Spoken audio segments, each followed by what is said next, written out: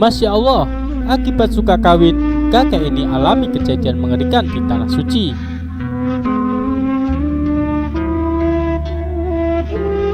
Ibadah haji merupakan ibadah yang istimewa karena hanya dilakukan sekali dalam setahun. Setiap umat Islam pasti menginginkan untuk menunaikan rukun Islam yang kelima ini. Banyak peristiwa-peristiwa aneh yang dialami para jamaah haji ketika kita sudah sampai di tanah suci. Seperti kisah kakek ini yang mengalami hal yang mengerikan ketika sampai di tanah suci.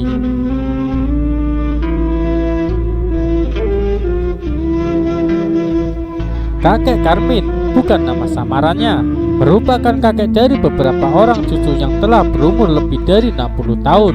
Kakek Karmin ini telah menikah dan sering melakukan poligami walaupun sudah tua. Tercatat, ia sudah menikah sebanyak 9 kali dan sekarang ia telah memiliki 4 orang istri. Anehnya, setiap kali ia berkeinginan untuk menikah lagi, maka ia selalu mengorbankan salah satu istrinya untuk diceraikan, dan korban itu selalu istri ketiga atau istri keempat.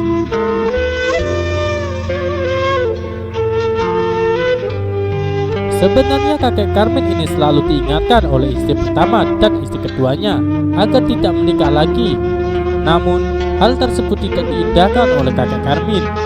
Terakhir ia berusaha menggoda seorang gadis yang berumur 16 tahun untuk menjadi istrinya. Dengan bermodalkan harta yang banyak, hari semacam rayuan, akhirnya ia berhasil menikahi seorang gadis itu.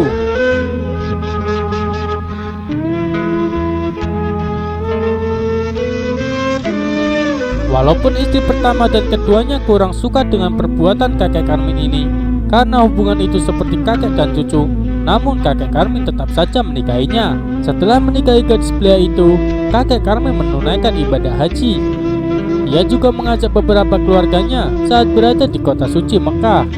Selama menunaikan ibadah haji, tidak ada kejadian aneh yang menimpa kakek Karmin.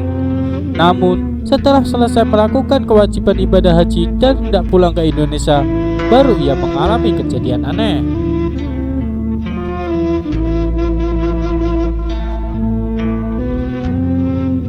Ketika semua rombongan ibadah haji yang ia ikut hendak bersiap-siap untuk pulang ke Indonesia, tiba-tiba kakek Karmin menghilang dari maktab atau pemondokan. Setelah sekian lama dicari, kakek Karmin tetap tidak ditemukan, hingga ia dikabarkan meninggal dunia. Saat dicari ke makam baki, jenazah kakek Karmin tetap tidak ditemukan, walaupun jenazahnya tak ditemukan. Pihak keluarga meyakini kalau kakek Karmin telah meninggal dunia.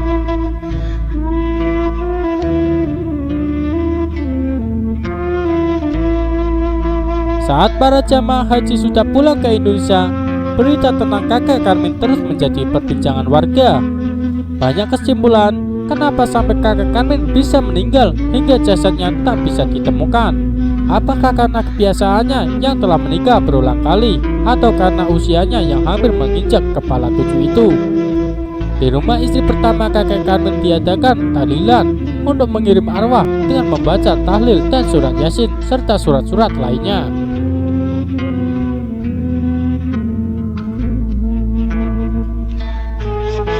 Pembacaan tahlil dan surah Yasin tersebut berlangsung hingga hari malam yang ke-7. Seminggu lebih setelah para jamaah pulang dari tanah suci, keluarga kakek Karmin masih berharap ada kabar dari pemerintah Arab Saudi tentang kakek Karmin. Namun, hingga malam tahlilan yang ke-39, tak ada kabar dari pemerintah Arab Saudi tentang kakek Karmin. Hingga pihak keluarga melakukan malam tahlilan yang ke-40.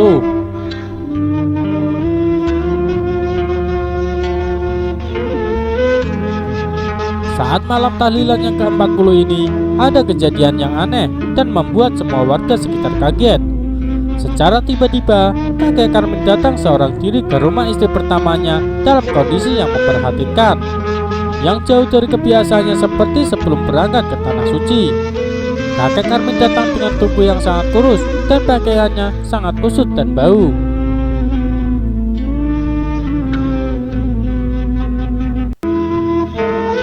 Warga yang melihatnya pun ketakutan dan bahkan ada yang berlari meninggalkan acara tahlilan tersebut. Selang berapa jam, baru mereka sadar kalau itu benar-benar kakek Karmin. Dan ia masih hidup. Warga pun heran kenapa sampai kakek Karmin pulang dengan kondisi yang kepergian.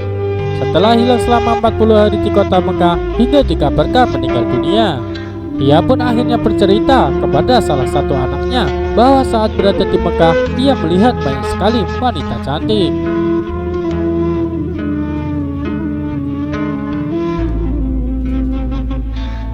Kakek Karmin tergiur akan kecantikan wanita-wanita itu hingga ia mau saat para wanita cantik itu mengajaknya pergi. Kakek Karmin diajak ke suatu tempat yang sangat asing dan tak pernah dikenalnya. Ia pun diajak berpesta pora dan bersenang-senang dengan kumpulan wanita cantik itu.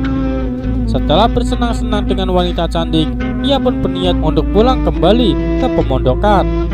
Namun, ia tidak menemukan satupun jamaah haji di sana karena sudah pulang ke tanah air.